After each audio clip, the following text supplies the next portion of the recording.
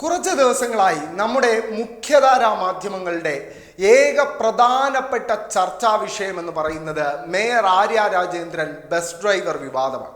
ആ വിവാദത്തിൽ മേയറെ പ്രതിസ്ഥാനത്ത് നിർത്തി വിചാരണ ചെയ്ത് മാധ്യമങ്ങളെല്ലാം ചേർന്ന് ശിക്ഷ വിധിക്കാൻ ഒരുങ്ങുമ്പോഴാണ് ഒരു നിർണായക വെളിപ്പെടുത്തൽ പോലെ, ഒരു വഴിത്തിരിവ് പോലെ ഒരു വെളിപ്പെടുത്തൽ ഉണ്ടാവുന്നത്. അത് നടി റോഷ്നയുടെ ഭാഗത്ത് നിന്നായിരുന്നു.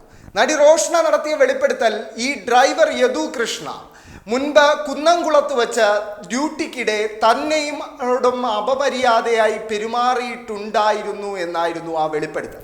ആ വെളിപ്പെടുത്തൽ പുറത്തു വന്നതിന് പിന്നാലെ മേയറെ സൈബർ അറ്റാക്ക് ചെയ്തുകൊണ്ടിരുന്ന യദു അനുകൂലികളെന്ന് സ്വയം വിളിക്കുന്ന ഒരു കൂട്ടം ലീഗ്, കോൺഗ്രസ്, BJP അണികൾ വലിയ രീതിയിൽ ഈ നടി റോഷ്നയെയും സൈബർ അറ്റാക്കിന് വിധേയമാക്കിയിരുന്നു.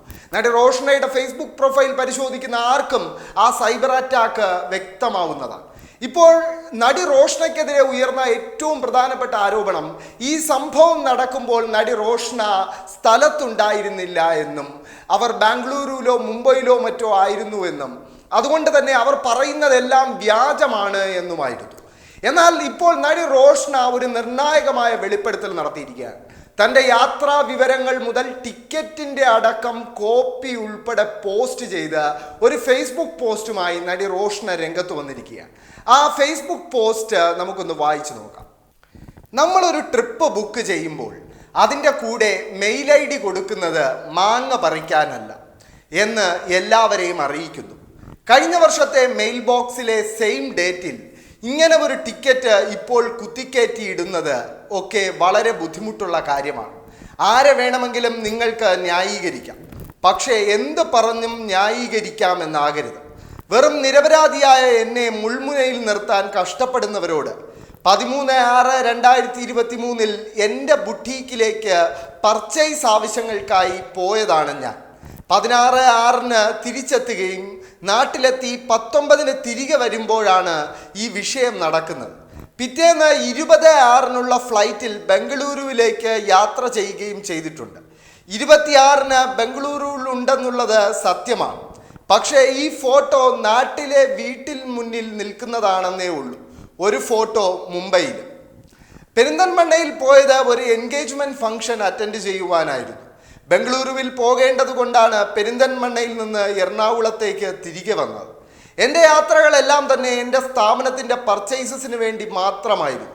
ബംഗളൂരുവിലേക്കാണേലും മുംബൈയിലാണേലും ഫ്ലൈറ്റ് ട്രാവൽ ടൈം ഒക്കെ വളരെ കുറച്ചാണ്. വേണമെങ്കിൽ 1 ഡേ പോയി വരാനുള്ള ആവശ്യമേ ഉള്ളൂ എങ്കിൽ പോയി വരാം. പിന്നെ എന്തിനാണ് ഈ കിടന്ന് മരിക്കുന്നത്? ഞാൻ കുമ്പിടിയാണെന്ന് ഇപ്പോൾ മനസ്സിലായില്ലേ? ആളുകൾ കാലം മാറിയെന്ന് മനസ്സിലാക്കുന്നത് വളരെ നല്ലതായിരിക്കും. 16 21 പല സ്ഥലങ്ങളിൽ ഫോട്ടോ പോസ്റ്റ് ചെയ്ത് ഞാൻ 19 തൃശ്ശൂർ ടവർ കിട്ടാൻ എൻ്റെ മൊബൈൽ അവിടെ ഒരു ചായക്കടയിൽ ഉപേക്ഷിക്കുകയും 1 വർഷത്തിന് ശേഷം ഈ വിഷയം വരുമെന്ന് മുൻകൂട്ടി കാണുകയും ചെയ്തു. തെളിവുകൾ ഉണ്ടാക്കുകയും ചെയ്തു. കാരണം ഞാൻ കുമ്പിടിയാണല്ലോ, കുമ്പിടി. നല്ല നമസ്കാരം. ഇങ്ങനെ അവസാനിക്കുന്നു റോഷ്നയുടെ ഫേസ്ബുക്ക് പോസ്റ്റ്. അപ്പോൾ അത് വ്യക്തമാണ്, നടി റോഷ്നയോട് യദു കൃഷ്ണ അപമര്യാദയായി പെരുമാറിയിട്ടുണ്ട്, അങ്ങനെ ഒരു സംഭവം നടന്നിട്ടുണ്ട് എന്ന് നിസ്സംശയം തെളിഞ്ഞിരിക്കുകയാണ്. ഇനി മാപ്പ് പറയേണ്ടത് യദു കൃഷ്ണയ്ക്കും മുമ്പ് കേരളത്തിലെ മാധ്യമങ്ങളാണ്. കാരണം മേയറുമായി ഈ ഡ്രൈവർ യദു കൃഷ്ണ പ്രശ്നമുണ്ടാക്കുന്ന ഘട്ടത്തിൽ മേയർക്ക് പറയാനുള്ളതോ മേയറുടെ ഭാഗമോ കേൾക്കാതെ പൂർണ്ണമായും മുൻപ് 3 തവണ സമാനമായ കേസിൽ പ്രതിയായ ഈ ഡ്രൈവറെ വെള്ളപൂശാൻ കേരളത്തിലെ മാധ്യമങ്ങൾ കാണിച്ച ആവേശം ചെറുതല്ല. ആ ആവേശം ഡ്രൈവറോടുള്ള സ്നേഹം കൊണ്ടല്ല എന്ന് വ്യക്തമാണ്. കാരണം പ്രതിസ്ഥാനത്ത് നിൽക്കുന്നത്, എതിർസ്ഥാനത്ത് നിൽക്കുന്നത് ഒരു CPMകാരിയായ മേയർ ആയതുകൊണ്ടാണ് ഇത്രയധികം സൈബർ അറ്റാക്ക് ആര്യ രാജേന്ദ്രൻ നേരിടേണ്ടി വന്നിട്ടും കേരളത്തിലെ മാധ്യമങ്ങൾ അതിനെക്കുറിച്ച് തികഞ്ഞ നിശബ്ദത പാലിച്ചത്. എന്തായാലും ഇപ്പോൾ ഈ വിഷയത്തിൽ നിർണായകമായൊരു വഴിത്തിരിവുണ്ടായിരിക്കുകയാണ്. നടി റോഷ്ന പറഞ്ഞതെല്ലാം സത്യമാണ് എന്ന് തെളിഞ്ഞിരിക്കുകയാണ്. അപ്പോൾ ഇനി യദു കൃഷ്ണയും അയാളുടെ ആരാധകർ അല്ലെങ്കിൽ പിന്തുണയ്ക്കുന്നവർ എന്ന് പറയുന്നവർക്കും ഇനി എന്ത് ന്യായീകരണമാണ് നിരത്താനുള്ളത് എന്നതൊരു പ്രധാനപ്പെട്ട ചോദ്യമാണ്.